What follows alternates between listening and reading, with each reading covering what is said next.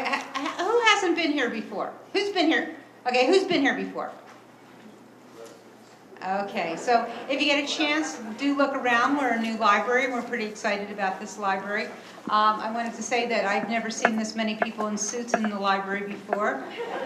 I don't think I've seen as many Teamsters here before, so I'm glad you're all here.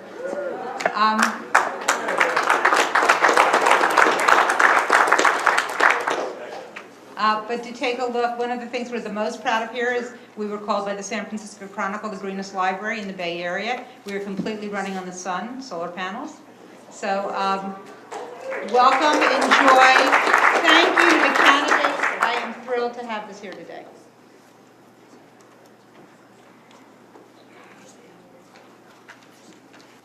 Thank you again, Carolyn. The League is delighted to co-sponsor tonight's forum with the Castro Valley Library. Good evening, everyone. My name is Jennifer Ong. I am the president of the League of Women Voters of Eden Area. Thank you to the Eden Area Chamber of Commerce, the American Association of University Women, and our volunteers from the Delta Sigma Theta sorority for assisting our league. And our board coordinator here is Nancy Van Huffel. Thank you, Nancy.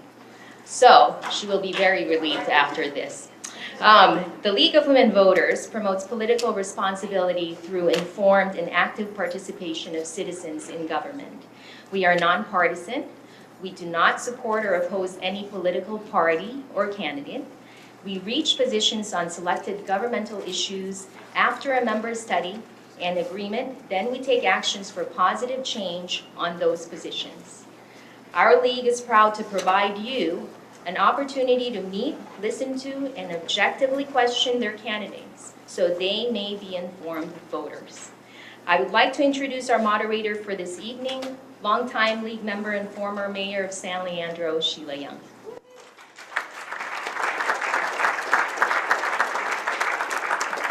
You can applaud me, but nobody else. All right, we have exactly 1 hour starting, well, we've already started on our 1 hour, haven't we? Good evening and thank you for being here tonight. By the way, I am hard of hearing, so I will talk louder than everybody else. I am a member of the League and I am not affiliated with, nor have I endorsed any of the candidates or their campaigns. Tonight's forum will be recorded and replayed on many community and government cable channels. So we will also be posted on YouTube, which is why I've asked you not to do cell phone videos. Information on all the candidates and the few ballot measures that will be on the June 3rd ballot will be available in May at the California League smartvoter.org. And the County Registrar of Voters and Secretary of State will also provide full information as well. The League has a long-standing reputation for providing opportunities for the voting public to make informed decisions. We are a nonpartisan political organization and have been serving the Eden area for more than 55 years. And I was not a young new member. I only joined the last 10 years. We will begin tonight. Our format will be an introduction of the candidates, and we'll move to a series of questions submitted by our members and the public, interspersed with follow-up responses and questions between the candidates, something we have not done before. And we will end with a 2-minute closing. In the interest of time and efficiency, unused questions will be retained by us and used for the November runoff election. As I understand it, the top 2 vote getters will run again in November. As part of the final comments, the candidates will be asked to include their single most important goal to achieve in the next 2 years as a member of Congress. Excuse me. We have allotted 1 hour and would appreciate your holding your applause to the end. We also ask that you use no flash cameras, no banners or signs, and have the least disruption possible in order to allow the candidates our respect and attention to their responses. Our timekeeper this evening is Nancy Van Huffel, to my right.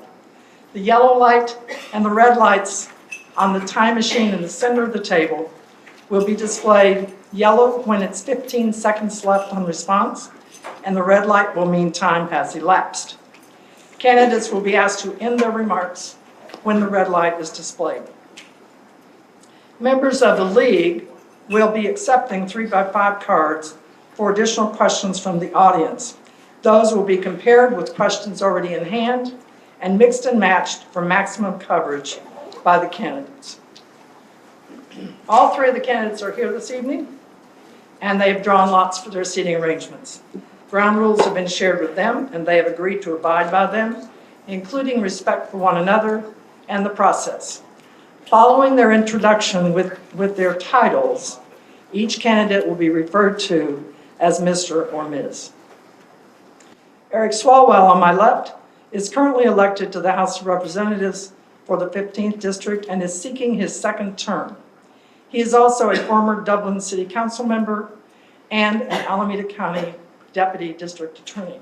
Excuse me. Ellen Corbett, on my immediate left, is currently the Democratic Majority Leader of the California State Senate, representing the 10th Senatorial District.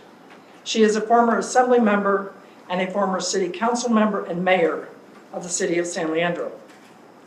Hugh Bussell, who drew the middle seat, Hugh Bussell, I'm so sorry, Hugh, is currently the Vice President of the Alameda County Republican Party, currently resides in Livermore, and has lived in the district for more than 25 years, and is a technology manager and educator at Workday.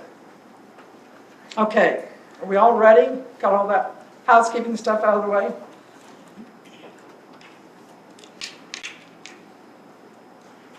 Now that you know the ground rules and have been introduced, the questions will be posed by the moderator. Following each question and response, candidates will be allowed to follow up with a question for each other directly related to the response. 15 seconds for the question and 1 minute for the response. Because of the timing for the entire evening, each candidate will only be allowed to follow this process 3 times. So please choose wisely. For the first question, candidates will have up to 1.5 minutes for their initial response. After all 3 responses, candidates should indicate their follow-up intent by raising their hand for acknowledgement. We will start this evening with Senator Corbett. Knowing that it is important for a member of the House to find ways of collaborating with members of other parties on needed legislation, give us examples of how you would go about doing that. Well, I think one of the motivating factors for my run for the House of Representatives is to bring civility back to the process. And that is, I think, owed to the public, owed to the American public, that we have respect in the process. As a majority leader in the state Senate, I've had the opportunity to develop the skills to work with people across the aisle. It is very important, of course, to stand by your principles and your ethics, but also, obviously, in a process, in a collaborative process, in a democracy, especially now that Democrats are in the majority in the House, it is important, obviously, to work with others. I have found if you put people together, that often they really are interested in coming to the same conclusion. They have the same interests, the same concerns for their communities. But it is important, obviously, to work with others and to work across the aisle. I've had the opportunity to learn that if you put people together, they will work together. Give them an opportunity, remove those, that competition, and give people an opportunity to work together. That can be done in a collaborative process. I have to say that when the federal government was shut down, you saw that women in the House and in the Senate got together and started to meet, and they were able to get government reopened. These were women who bucked their own leadership in their own parties, and they worked across party lines. I plan to follow that example because it's owed to the American public. Thank you, Ms. Corbett. Mr. Bussell?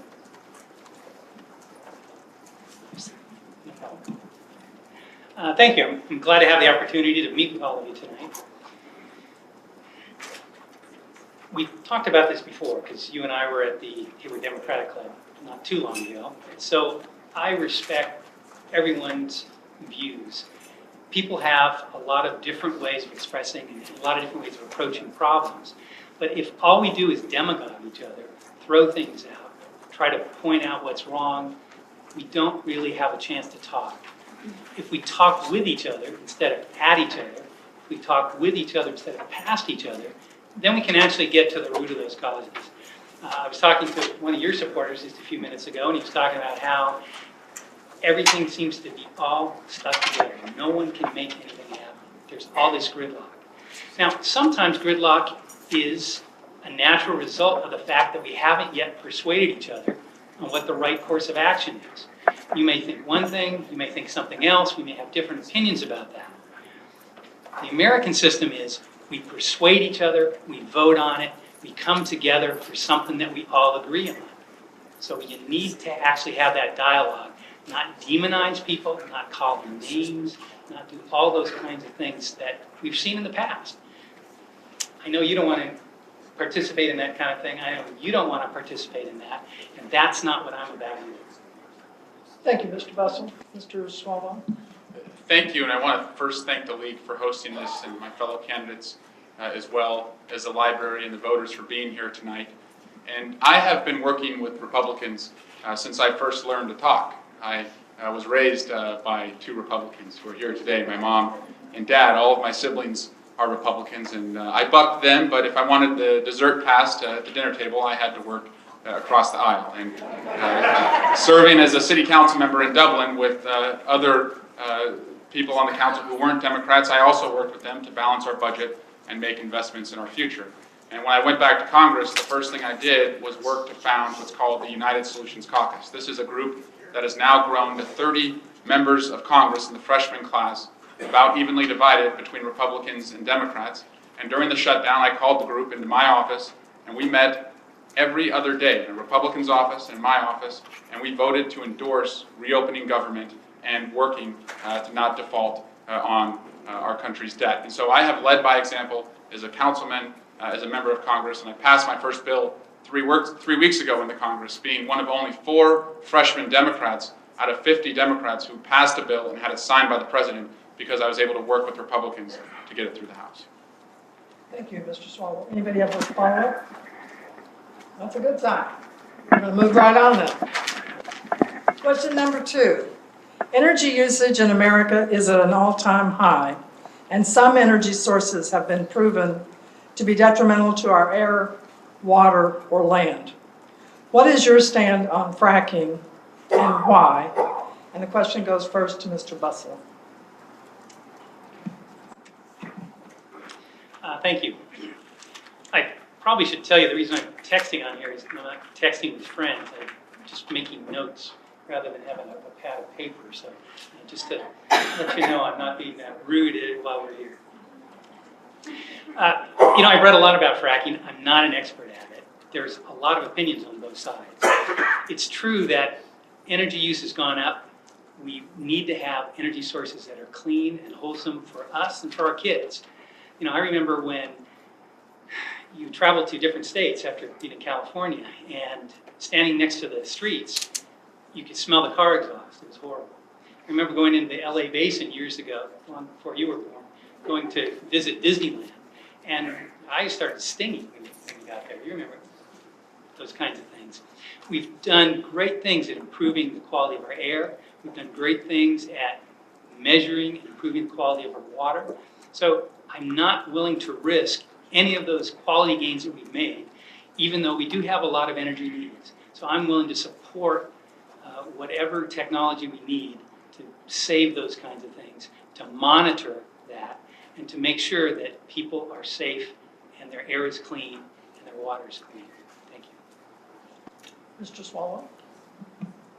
I have the honor of serving on the Science Committee, and I was elected to be the ranking most senior Democrat on the Energy Subcommittee, which oversees the Department of Energy and also the largest employer in our district, which is the Lawrence Livermore Laboratory and Sandia National Laboratory. And when it comes to our energy resources, I have tried and chosen to look forward, meaning that the fossil fuels that are harming our environment and causing our sea levels to rise and our temperatures to rise can no longer be the future of energy. And so I have opposed any efforts to have the Keystone Pipeline go through. And I've also supported regulations on fracking because I do believe that it does poison groundwater and it does increase seismic activity. And in California, we do not need any further seismic activity. And so I believe when we look to where we derive our energy, we have to continue to look forward. And fortunately, this area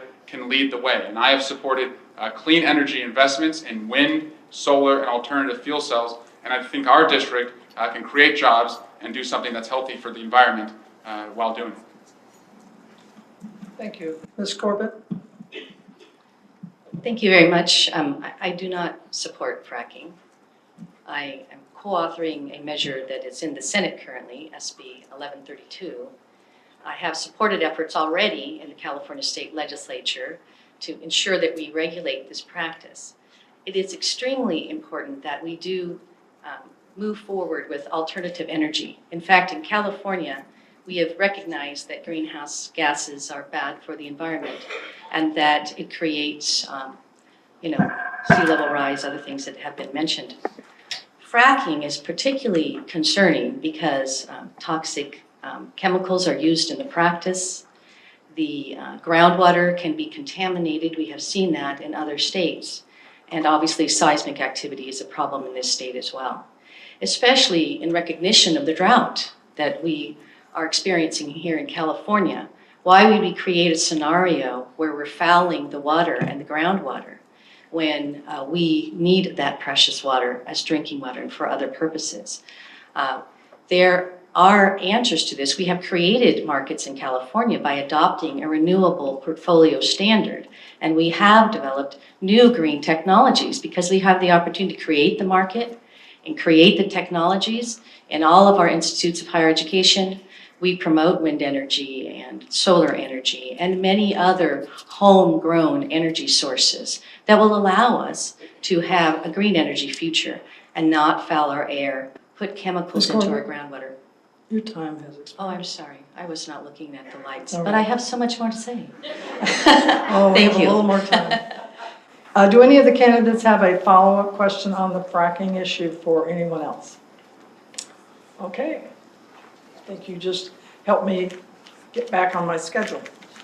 All right, the third question is, has been submitted by one of our members earlier in the week when we asked for some suggested questions.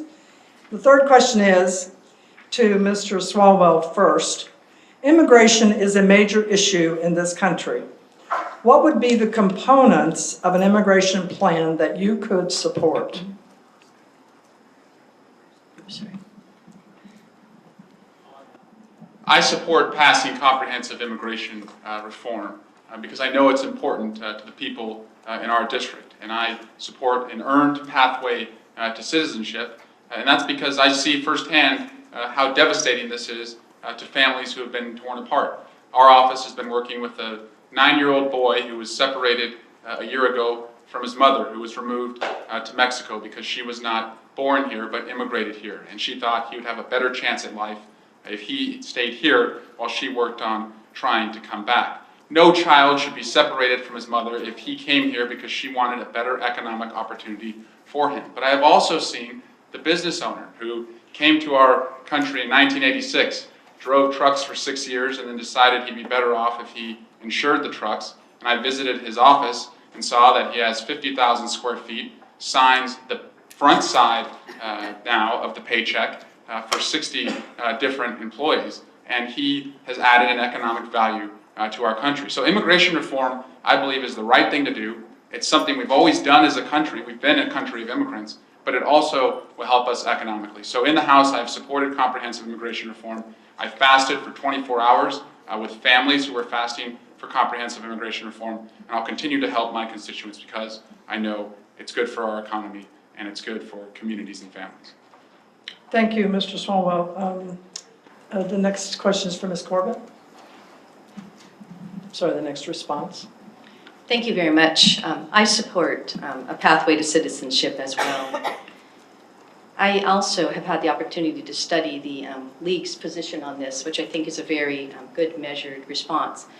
Obviously, we want to make sure that one of our first priorities is the reunification of families, and that we show compassion to people who are leaving other countries because of war or other prosecution. But we also want to make sure that we have the opportunity to encourage people who are contributing to our communities to have an opportunity to stay. In the California economy, we have seen the harm of the inaction of Congress. I know some people there are more newly, but it is very important that Congress move forward as rapidly as possible.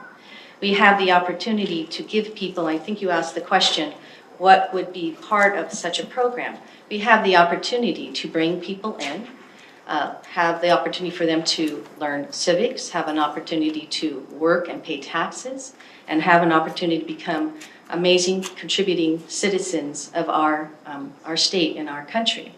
And I have to just tell you, of course, I wouldn't be sitting here today if my grandmother didn't come across the ocean from Ireland many years ago at 16, because all she was looking for was a better life for herself and for her family. And because she also believed in coming to a country where she would be able to live freely and also practice her religion and not worry about the prosecution back home that was happening to her as an Irish citizen.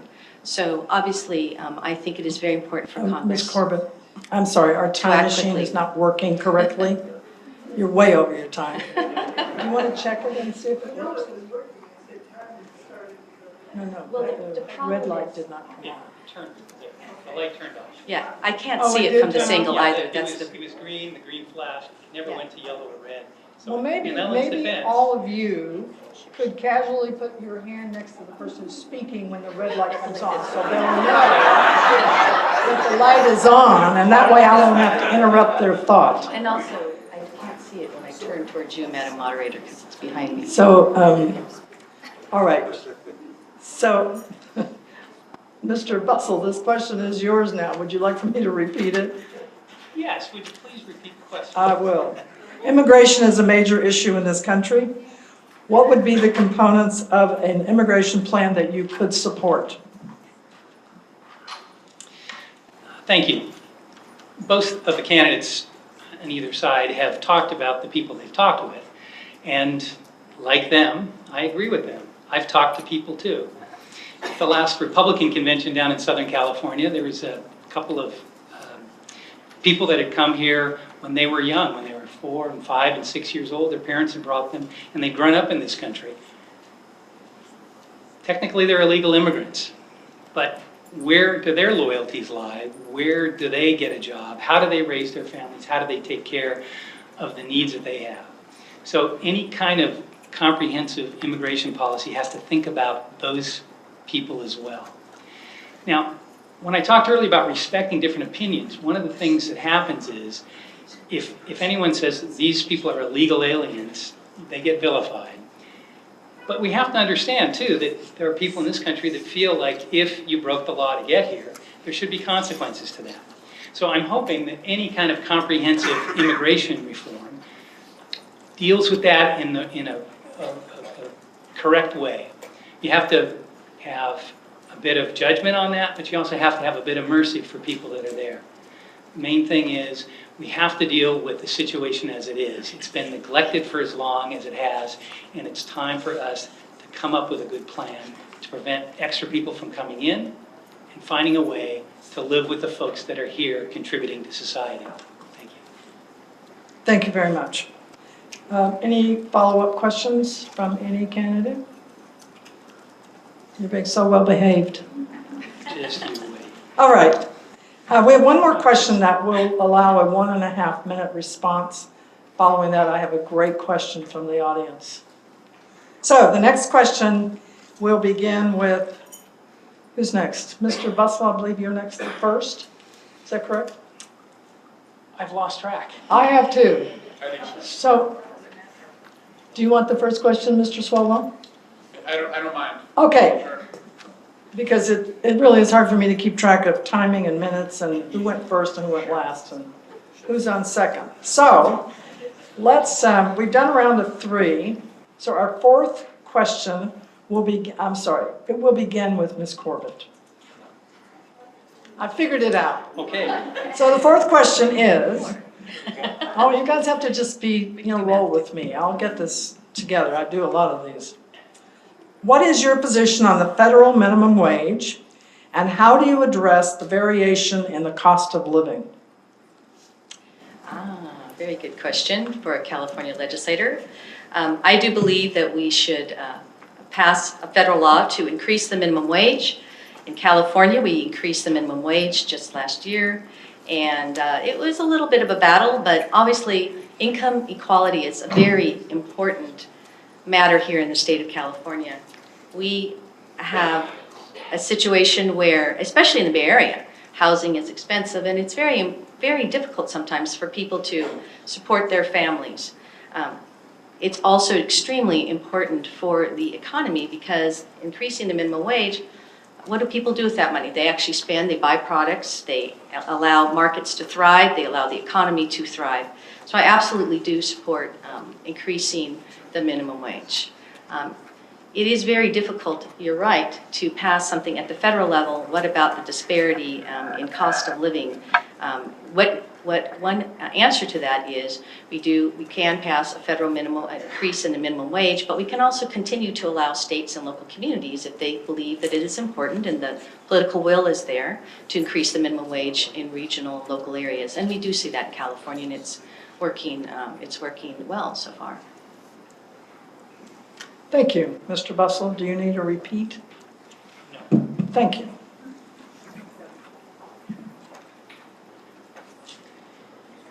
So we've all had jobs where we've worked for people that were not so pleasant. And perhaps you've been a boss, and maybe you've been a great boss, and maybe you haven't been a very good boss. When we think about raising the minimum wage, you have to think about what's going on there. Are business owners just holding money back that they would otherwise give you because they're mean or because they're greedy or because, well, what is the reason? Now, maybe that's your view. And I have to admit, I kind of had that view too when I was in a minimum wage job years ago. But as I gained more experience and more life experience, I found out that employers actually like to pay people to stay at their job. They want to pay them what they can to keep them there if they're providing value to the business. So if you raise the minimum wage, the people that have jobs will be happy and they'll like that, and it's good. The unseen result of that, though, is some people will not be hired, or they may lose their job. I mean, most recently, the Congressional Budget Office was scoring the federal minimum wage bill. They said raising the minimum wage would lose 500,000 jobs because of that. Now, there's always been a minimum wage of $0. You don't have a job, that's your minimum wage. Minimum wage jobs have been great entrees for people to learn work skills, to step up, to learn what an employer wants, and then move on the ladder to make more money. Thank you. Mr. Swalwell, federal minimum wage. Creating good paying local jobs has been my top priority in Congress. I come from the middle class. My father worked as a police officer. My mom still works today as a secretary, and I worked since I was 10 years old. I started as a paper boy, and I've worked at the minimum wage, and I want to make sure that people where I come from and grew up with have a chance to have a decent living. And so I have supported the increase for the federal minimum wage to go up to $10.10. But that's not going to be enough. And I've also supported increasing and expanding unemployment insurance, which expired back in December. And I've signed on to multiple pieces of legislation to do that, as well as letters to the Speaker of the House calling for a floor vote on that action. But looking forward for our future workforce, I see too many vacancies across Hayward, parts of Castro Valley, San Lorenzo, and so I introduced my first bill, the Main Street Revival Act, where any small business that goes into an economically depressed area across our district, if they start their business, they can defer their payroll taxes for the first year so that they can create good paying local jobs and get our local economy back on track. So I came from the middle class. I want to see and grow our middle class, but to do that we have to raise the minimum wage, pass and expand unemployment insurance, and give more incentives to businesses to create local jobs. Thank you very much. Our Next series of questions will be a response time of 1 minute rather than a minute and a half. And our fifth question tonight is a combination of a question that was handed to me from the audience with a question we already have written a little different way, and I think it gets to the same response. How do you avoid the perception that campaign money affects your decision-making? And we'll start with Mr. Bussell.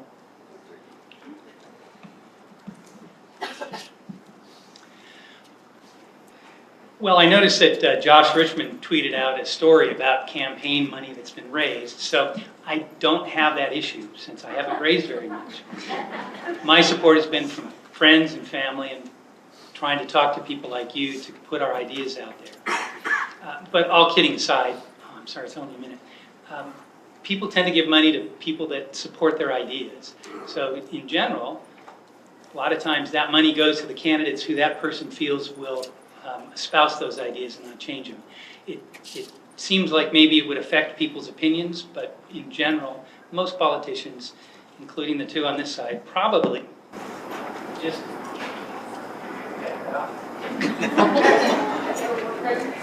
they just continue to vote for their particular position. Did we lose a microphone? I'm sorry. Mike is dead.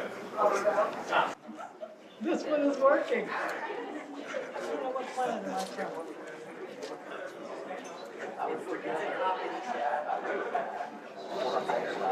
I support taking the corporate influence of money out of politics, and I have signed on to legislation that would effectively repeal what's called the Citizens United decision of the Supreme Court.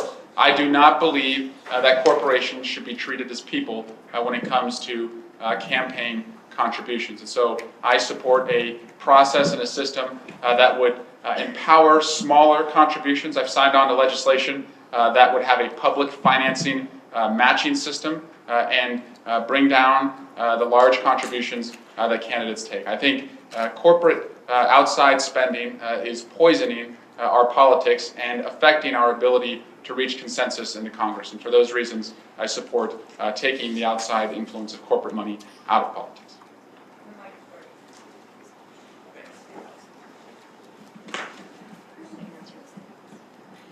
Now I have to give equal time to people who want to stand at the microphone. All right, Ms. Corbett, I think the question is now yours. Make sure the microphone's working.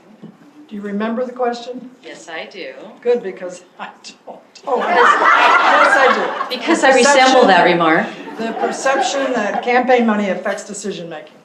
Well, all you have to do is look at Mr. Bussell's and my campaign reports, and you'll know the answer to that question. So I think one has to choose democracy. There are some very scary things going on in this country. Citizens United is one of them, the recent Supreme Court decision as well. And this country was founded on a democracy by we the people, and that does not happen when wealthy interests have the opportunity to control the process. I can tell you, all you have to do is take a look at my voting record. I have time and time again voted against powerful interests because I looked at my community and I voted in their interest first. Answering the question about fracking the way I did is an example of that. So if you look at my record, you look at my reports, you will see quite clearly that campaign funding doesn't impact my vote. My community comes first. Thank you. The next question will start with Mr. Swalwell. And that question will be, how do you distinguish yourself? Oh, did anybody have a follow-up question on that, by the way? Okay. Yes, Mr. Bussell, you have 15 seconds for the question. To whom? Why not? Yes. 15 seconds for the question, and then Ms. Corbett and Mr. Swalwell will have 1 minute to respond. So an interesting question was raised about campaign finance. An interesting idea I heard many years ago, and I want to understand if you would support that, is that you only allow people to donate to your campaign who can vote for you. So only the people that live in this district who could vote for you could donate to your campaign. Same thing's true with the Senate, Assembly District, any other candidate. You can only Your donate. 15-second question is up. All right. So the question basically is, Would they support that kind of a change? Okay. I think it's definitely worthy to taking a look at. I actually had a very long conversation with someone about this just the other day when I called them and asked them for a contribution. And that person told me, I'm not giving money to anyone who's not in my district anymore. And I thought, wow, what a great concept. I think that that would return trust in government. If you could only be able to rely on those people who vote for you for your campaign contributions, I think it would be a great idea. But even a better idea is public campaign financing so that we can make sure that we have an even playing field and that democracy is returned back to the voters. Mr. Swalwell. I too am open to any reform that would reduce the influence of outside corporate dollars. And for me, I want to empower smaller voters. I got to Congress being vastly outspent and have stayed here and stand for re-election being supported by an overwhelming amount of individuals, not corporations. And so anything that can empower small donors, I am for, as well as increased transparency in the process. Thank you. So the next question, unless there's a follow-up from either of the other candidates, the next question starts with Mr. Swalwell. How will you ensure that you remain in contact with your constituents and knowledgeable about local issues while being present and fully engaged in the daily business of Congress? When I ran for Congress, I promised the voters that I would work hard for them, show up every day, and I have done that. I have flown back and forth almost every single weekend since I've been elected to the tune of over 325,000 miles in the air. I have hosted more town halls than any member of Congress in the Bay Area, 13 different town halls. I've attended 800 different events, and I've worked a day in the shoes of my constituents 13 different times. I have worked as a Christmas tree lot attendant, a Head Start teacher, a coffee barista, and I do this because I know it helps me stay in touch with the people I serve so I can learn from them as to how to better serve them. And it's working. We have returned over $1.03 million to our constituents, and these are veterans' claims that have been owed, Social Security claims, or IRS refunds that are due. And so as long as I continue to go out there and listen to them, I think, and I'm confident, I will be able to best serve them. Thank you, and thank you for adhering to the 1-minute response. Don't forget, these are 1-minute questions, and that question now goes to Ms. Corbett. Want me to repeat it? I have too many things in my hand. How will you ensure that you remain in contact with your constituents and knowledgeable about local issues while being present and fully engaged in the daily business of Congress? Well, one of the most important things I have to offer in this race is that I have represented this area for about 20 years in local government and state government, and now as the majority leader. And that gives me the opportunity to have developed a lot of relationships, gotten to know my district, gotten to know the issues, been involved in the ups and downs and the fights during this recession. So I have a good sense of how people are thinking. So I have that to offer. I also have no problem flying back and forth. I think that's extremely important. It's not about the number of miles though, but it's about making sure that you are a listener when you're home in your district and you spend as much time as possible out and about. Any of you who know me, you have seen me everywhere, and that's not just because of the campaign, but this is something I've done for 20 years. I've always been very, very active in the community, and I plan to happily fly back and forth, but also spend time continuing to get to know what the needs of my community are, and always fight hard for you. Thank you. Mr. Bussell?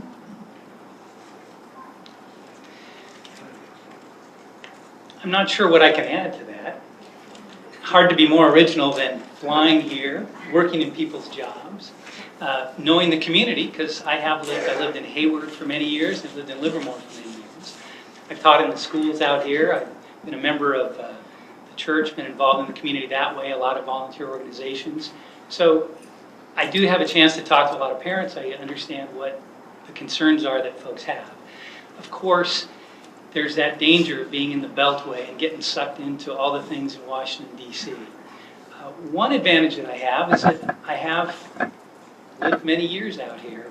I'm a little bit older, and that can be an advantage. Too old can be a problem, but my character has been formed.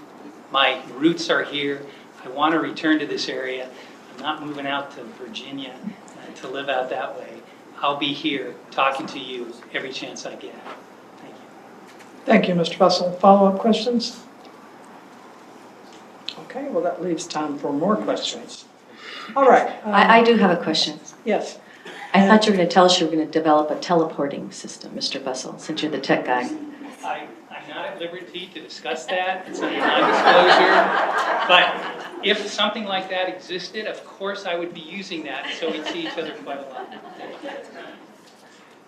Oh, I think I went over my time. That's quite all right. You're all doing very well on time, and the audience is doing quite well as well. So thank you for not interrupting any of these responses. So, question number 7. I have so many great questions up here. Let's try this one. This one on for size tonight. How do you distinguish yourself from the other candidates? And this first question now goes back to Ms. Corbett. Well, I think the most important thing that distinguishes myself from the other candidates is I have had the good fortune of being elected in this area for about 20 years. I have had the opportunity, as I've already said, to get to know the district very well. And I've also had the opportunity to become a very fine legislator.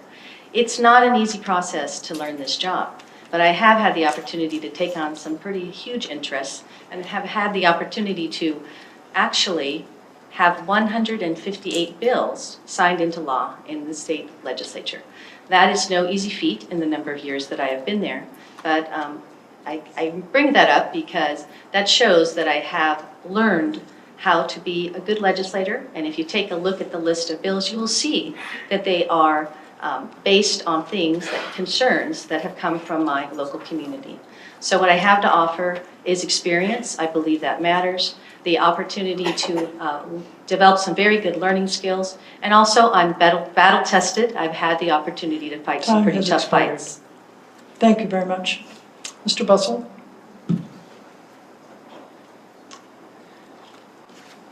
Well, one thing that distinguishes me from the other candidates is my work in both the public sector as a high school teacher and in the private sector, both working with technology companies, being responsible for developing training and educating people that paid for my services.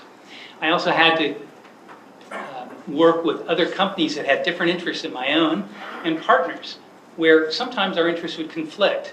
They would like to sell, we would like to sell directly, they would like to deal with stuff. So I had to learn how to compromise with folks, with people that I weren't able to order around. I had to learn what their interests were, listen carefully, try to find a solution that would advance the interest of my company and advance the interest of them. In the same way, I would have to advance the interest of the students in my classroom, advance the interest of their parents to get them the education they wanted. Dealing with lots of different personalities, lots of different outlooks, I have the experience to deal with all those different kinds of forces in the legislature. Thank you, Mr. Bussell and Mr. Swalwell. Thank you. I've been at this job for fewer than 500 days, and in that time, I believe I've stepped up and shown immediate proven leadership. As I mentioned, I was elected to be the ranking member of the committee that has jurisdiction over our district's largest employer. I was asked to serve as the assistant whip in the House Democratic leadership. I also am only one of 21 members of Congress who have had a bill passed in the House of Representatives and signed by the President in this Congress, and only one of 4 of the freshman class. No freshman Democrat has passed more bills than I have. I also am one of the founders of the United Solutions Caucus. And beyond that, I have also used technology in Congress to better connect with my constituents. So just because I'm in Washington doesn't mean I shouldn't be able to connect with my constituents. So I've used Skype to meet with local city councils. I read to a Castro Valley classroom for Read Across America Day. So I'm using technology in the Congress to try and upgrade that institution so we can better connect with our constituents. Thank you, Mr. Swalwell. Follow-up questions from anyone? Okay. Question number 8. As a member of Congress, this goes to Mr. Bussell first. As a member of Congress, what can you do to help protect our individual personal privacy rights in light of what we now know about the activities of both the National Security Agency and Homeland Security?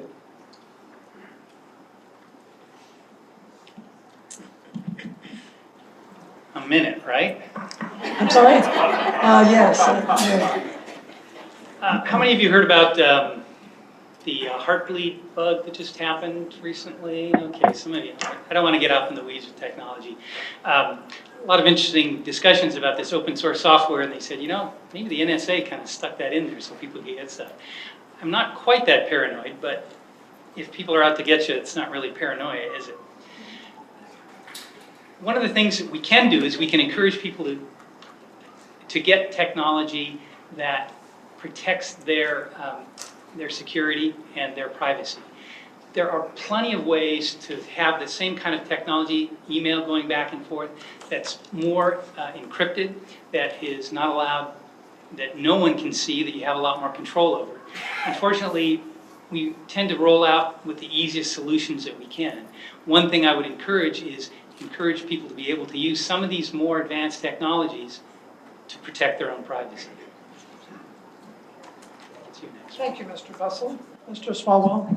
I serve on the Homeland Security Committee, but I believe that we cannot, must not sacrifice our privacy in favor of security. There is one vote on the NSA that was taken in the Congress, and that was to defund its bulk collection program. And I voted against funding that program. I stood for the rights of privacy, and I've supported legislation that also would defund that program or increase the requirements to collect this data. No law-abiding American should have their data blanketly collected. I was a prosecutor for 7 years, and in every case where I used cell phone records, I had to go to a judge and get a warrant, and the NSA and CIA and any other agency should treat law-abiding Americans no differently. We can have a safe and secure country without taking away our privacy and liberties. Thank you. Ms. Corbett? Nothing is more important than personal privacy in this country. In fact, that's one reason why many people want to live here.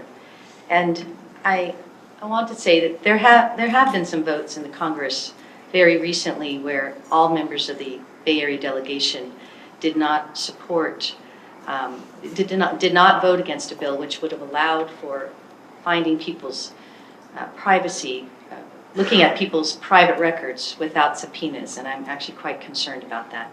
I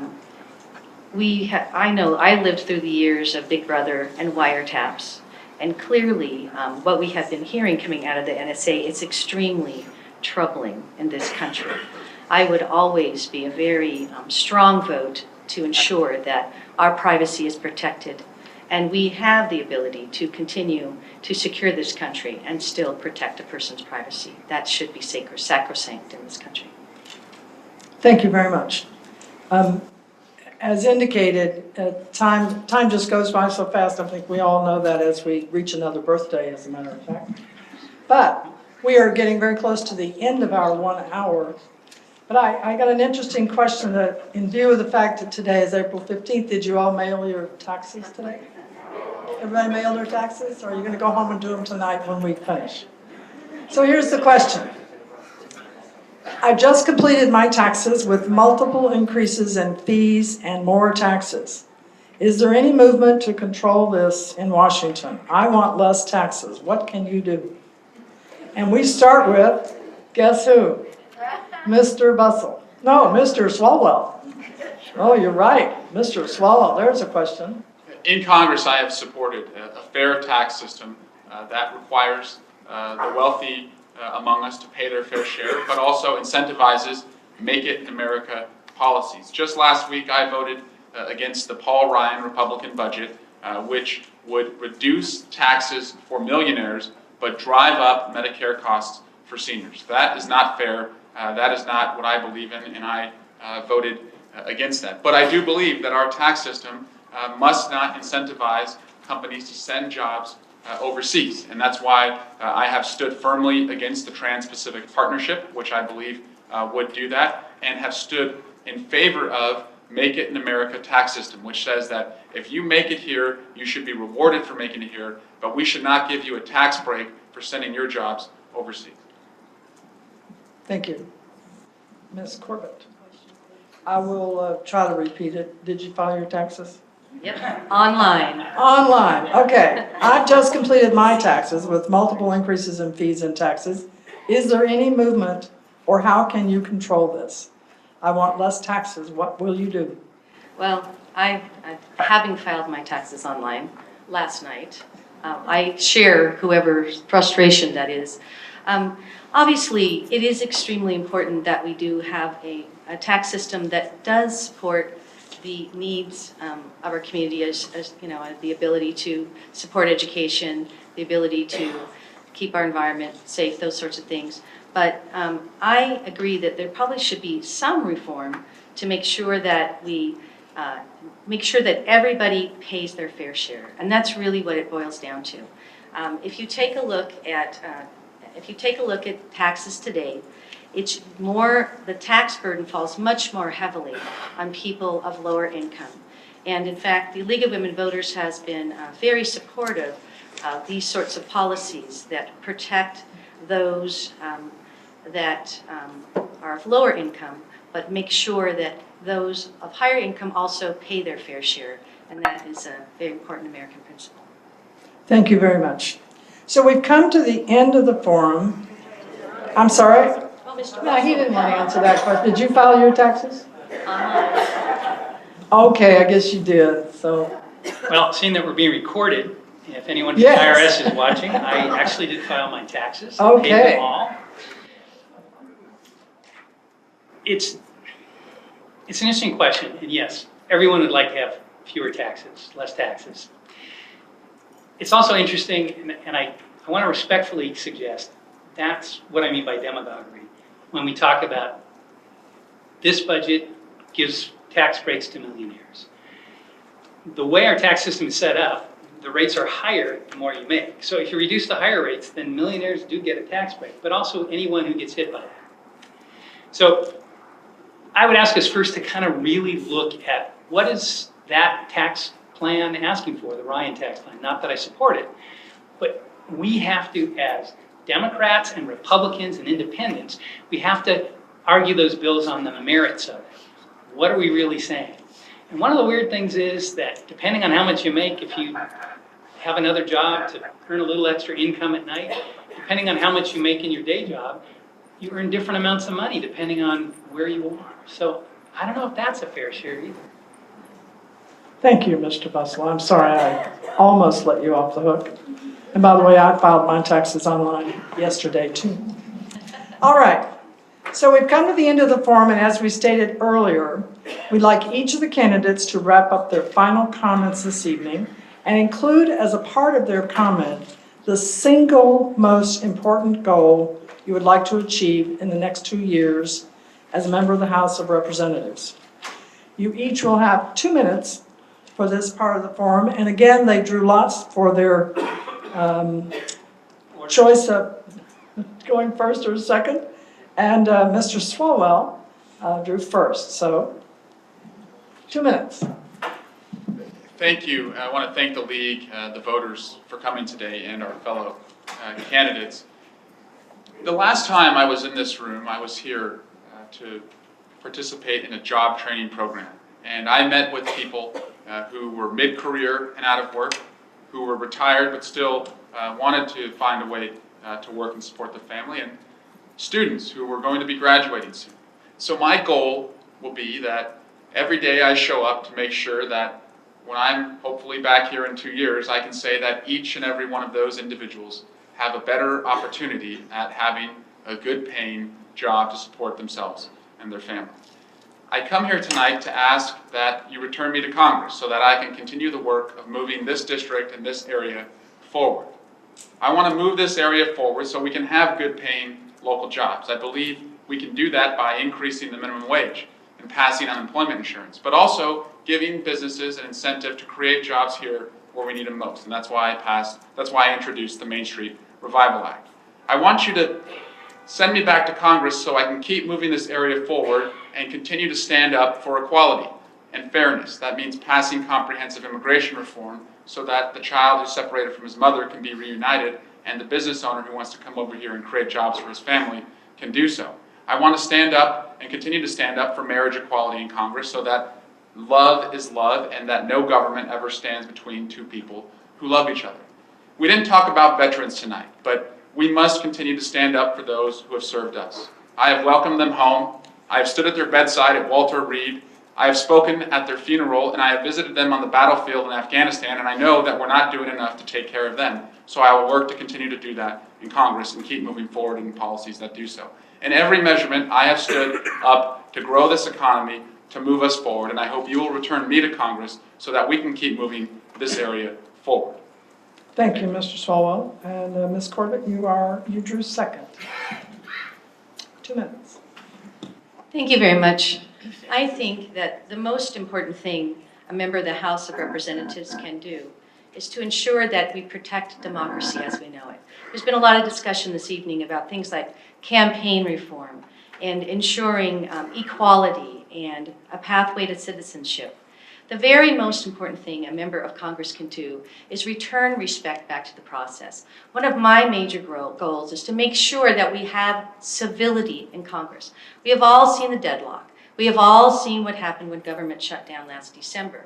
But it's extremely important that a member of Congress fosters civil participation.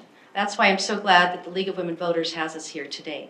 I also want to say, in the 20 years I've been representing this district, nothing has been more important to me than representing my community and fighting whenever the difficult battle occurred.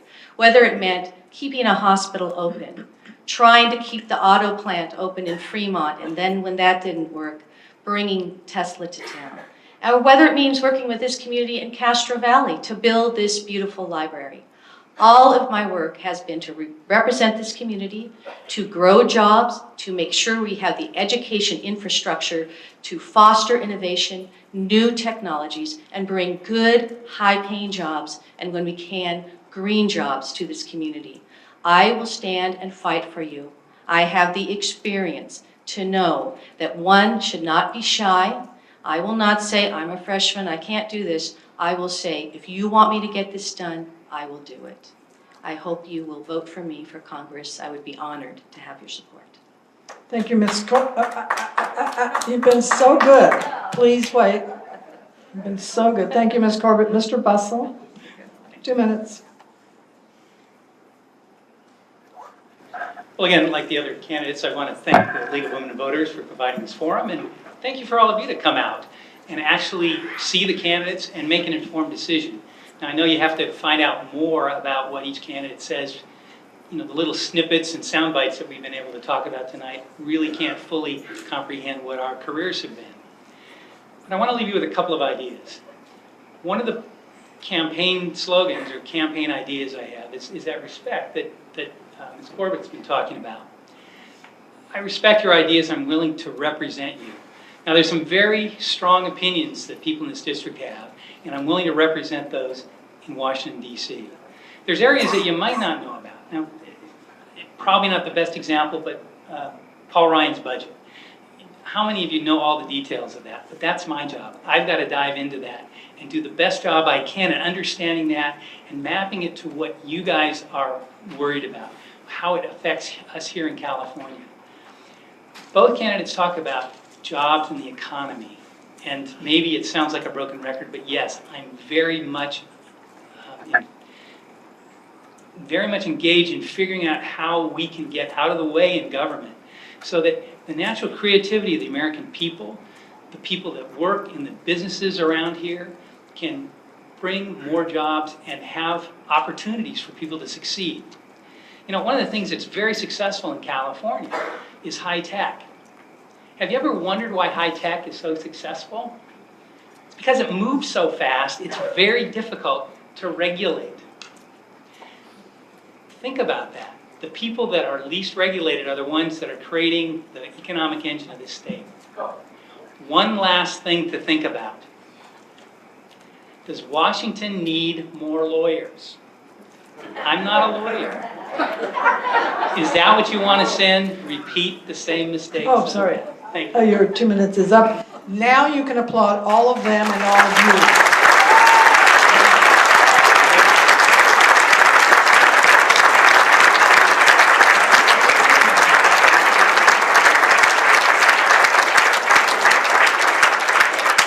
So, before you all get up to leave, I just want to tell you that we want to thank you for being here this evening and for respecting our process. We'd also like to thank the Castro Valley Library and staff for allowing us to use the space. And finally, we'd like to thank